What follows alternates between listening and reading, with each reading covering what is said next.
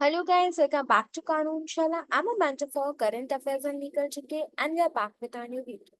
So guys, अब हम discuss करने वाले हैं the part second of the president of India.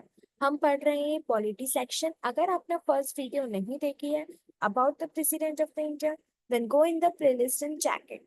तो ये कंटिन्यूएशन पार्ट है हमारी फर्स्ट वीडियो का, जिसमें हम पढ़ रहे थे about the oaths and other things of the president. तो उसमें कुछ फंक्शंस थे प्रेसिडेंट के। अब इसमें हम पढ़ते हैं फ्रॉम द थर्ड पॉइंट। तो इसमें ये दिया गया है कि जो प्रेसिडेंट है he nominates 12 members to Rajya Sabha from amongst the people having achievements in various fields जैसे कि art, literature, science and social service and may nominate 2 members to the Lok Sabha from the Anglo Indian community. तो ये जो Anglo Indian community वाला part था ये हट चुका है फ्रॉम द कॉन्स्टिट्यूशन एंड सिर्फ 12 मेंबर्स टू राज्यसभा ही अपॉइंट्स। ठीक है, तो ये जो पहले जो 2 मेंबर वो चूज करते थे from the Anglo Indian community, इसको हटा दिया गया है। His prior recommendation is required in case of presentation of certain types of bill, such as money bills, bill seeking expenditure from the Consolidated Fund of India and etc. तो president की पहली recommendation ली जाती है जब भी कोई bill present होता है इन द हाउस, चाहे वो कैसा भी बिल हो, मनी बिल हो या अदर बिल हो। He can withhold his assent to bills या फिर रिटर्न कर सकते हैं उनको लेजिस्लेचर में वापस। And also he can apply the pocket veto to the bills. तो जो भी बिल होता है वो उसको रोक सकते हैं या वापस उसको हाउस में वापस भेज सकते हैं फॉर द चेंजेस, या फिर वो पॉकेट वीटो अप्लाई कर सकते हैं। अब पॉकेट वीटो क्या होता है ये हम आगे वीडियो में देखेंगे। He can promulgate ordinances when the parliament is not in a session। हम आगे ऑर्डिनेंस के बारे में भी पढ़ेंगे। तो वो क्या करते हैं, he can put ordinance, ordinance लगा देते हैं जब पार्लियामेंट सेशन में नहीं होता है। He lays the reports of Finance Commission, CAG and UPSC before the Parliament। ये सारे जो ऑर्गेनाइजेशंस और अथॉरिटीज हैं like finance commission, CAG and UPSC की, तो इनकी रिपोर्ट्स रखते हैं वो पार्लियामेंट के सामने। And no demand for grant can be made except on his recommendation. Also, he constitute a finance commission every 5 years for distribution of revenues between center and states। And जो centre and state के बीच में जो रिवेन्यूशन होता है, जो distribution होता है, उसमें वो भी एडमिनिस्टर करते हैं। अब नेक्स्ट हम देखते हैं अबाउट द जुडिशियल पावर्स। क्या जुडिशियल पावर्स हैं प्रेसिडेंट के पास? पहला है he can appoint the chief justice and other जजेस of supreme court and high courts. ये उनके पास पावर होती है फॉर द अपॉइंटमेंट ऑफ जजेस। Seeks advice from supreme court on any question of law. अगर कोई पार्लियामेंट में एनी क्वेश्चन ऑफ लॉ आता है, मीन्स कोई लॉ के बारे में बात होती है, तो वो सुप्रीम कोर्ट का एडवाइस ले सकते हैं उस पॉइंट पर। And he can grant pardon etcetera. और वो क्या कर सकते हैं, पार्डन भी ग्रांट कर सकते हैं। अब हम इमरजेंसी पावर देखते हैं। इमरजेंसी पावर्स क्या क्या होते हैं? तो पहला national emergency, second is president's rule and third is financial emergency. अब ये हम पढ़ेंगे in detail in our further videos. तो अगर हम देखें नेशनल इमरजेंसी क्या होती है, आर्टिकल 352 होती है, एंड प्रेसिडेंट्स रूल होता है 356, एंड फाइनेंशियल इमरजेंसी होती है 360। अब ये तीनों इमरजेंसी कौन लगा सकता है? ये प्रेसिडेंट ही लगा सकता है with in the territory of India. ठीक है, एंड आगे हम फर्दर वीडियोस में इनको इन डिटेल भी पढ़ेंगे। नेक्स्ट है हमारी वीटो पावर्स। पहले हमने जुडिशियल पावर्स पढ़ ली, इमरजेंसी पावर्स पढ़ ली। अब हम देखेंगे about the veto power. Veto power क्या होती है? तो वीटो पावर, तो प्रेसिडेंट के पास 3 वीटो पावर्स होती हैं, absolute veto, suspensive veto and हमारी नेक्स्ट होती है पॉकेट वीटो। तो पहले देखते हैं हम एब्सोल्यूट वीटो क्या होती है। Absolute veto withholding the assent to the bill. अपन जो बिल आता है उसको वो रोक सकते हैं, विथहोल्ड कर सकते हैं। And the bill then ends and does not become an act. और जब वो उसको विथहोल्ड कर लेते हैं, मीन्स अपनी असेंट नहीं देते कि मुझे पास करना है कि नहीं करना, जो उनकी उनका आंसर होता है बिल को लेके, जब वो नहीं देते हैं, विथहोल्ड कर लेते हैं, तब वो एक्ट नहीं बन पाता। जैसे एग्जांपल दिया है 1954 में डॉक्टर राजेंद्र प्रसाद ने विथहोल्ड किया था क्या, पेप्सो अप्रोप्रिएशन बिल।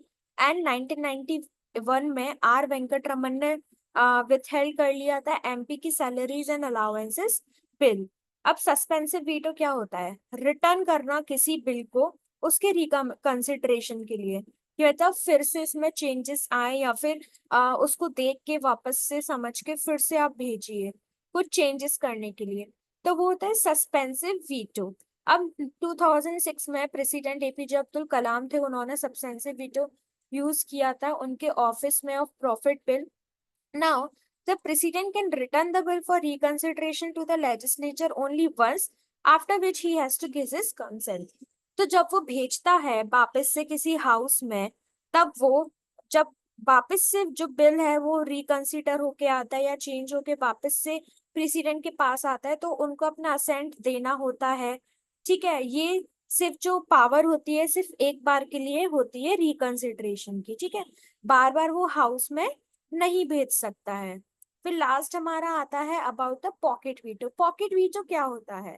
जब प्रेसिडेंट है वो कोई एक्शन नहीं लेता बिल पे, उसको रख देता है, उसको बोलते हैं पॉकेट वीटो।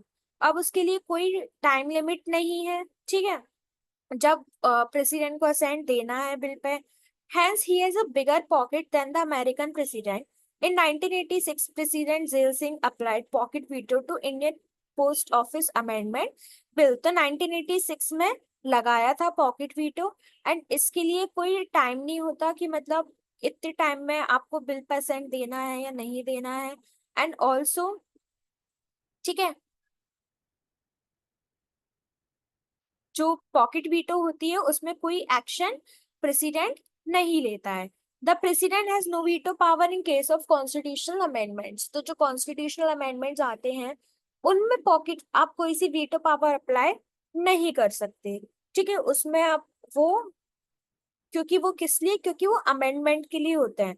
मतलब कोई लॉ पहले से ही है लेकिन हम उसको अमेंड कर रहे हैं, तो आप वहां पे वीटो पावर्स यूज नहीं कर सकते हैं। नेक्स्ट है हमारे ऑर्डिनेंस मेकिंग पावर्स, आर्टिकल 123 में दिया है। अब हमने पहले देखा था कि प्रेसिडेंट के पास ऑर्डिनेंस की पावर होती है। अब ऑर्डिनेंस क्या होता है ये हम अभी देखते हैं। An ordinance can be issued by the president only when both the houses of parliament are not in session और when one house is in session. अब बेसिकली ऑर्डिनेंस क्या होता है? जब फुल मेजोरिटी, जब पूरे मेंबर्स हाउस में नहीं होते, बहुत कम होते हैं या सिर्फ एक हाउस होता है, तो जब जो बिल पास होता है वो ऑर्डिनेंस के थ्रू होता है, मतलब प्रेसिडेंट उसको पास कर देता है।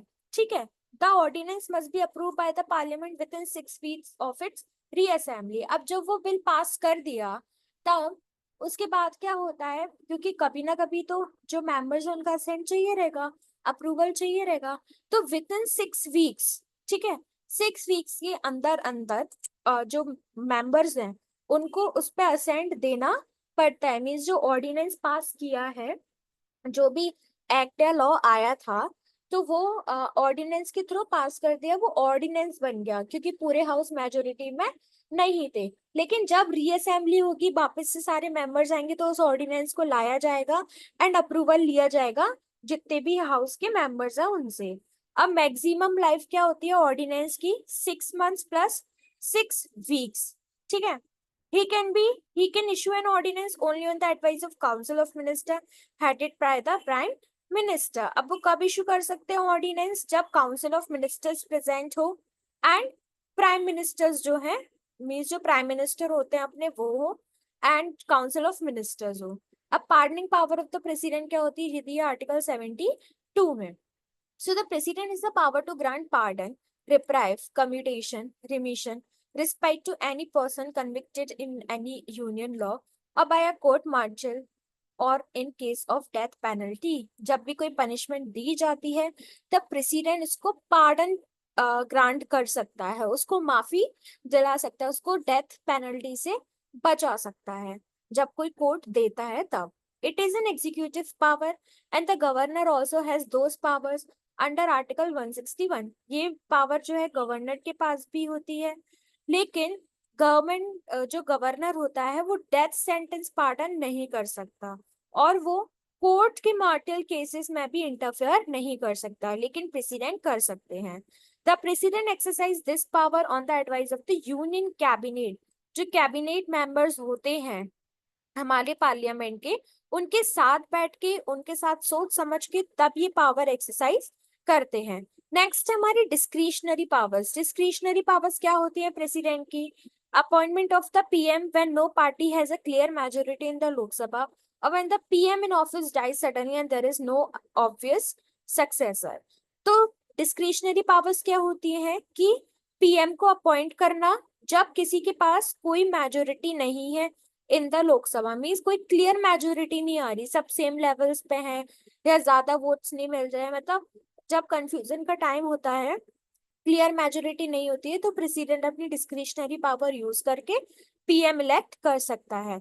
या फिर जब पीएम रनिंग पीएम है जिसका टेन्योर चल रहा है वो अपने ऑफिस में ही डाई हो जाता है, मीन्स अपने ऑफिस टर्म में जब तक वो इन द पार्लियामेंट होता है तब तक, एंड जब उसके पीछे कोई सक्सेसर नहीं दिख रहा होता उनको कि हाँ ये सीट ले सकते हैं, तो प्रेसिडेंट अपॉइंट कर सकता है किसी पीएम को।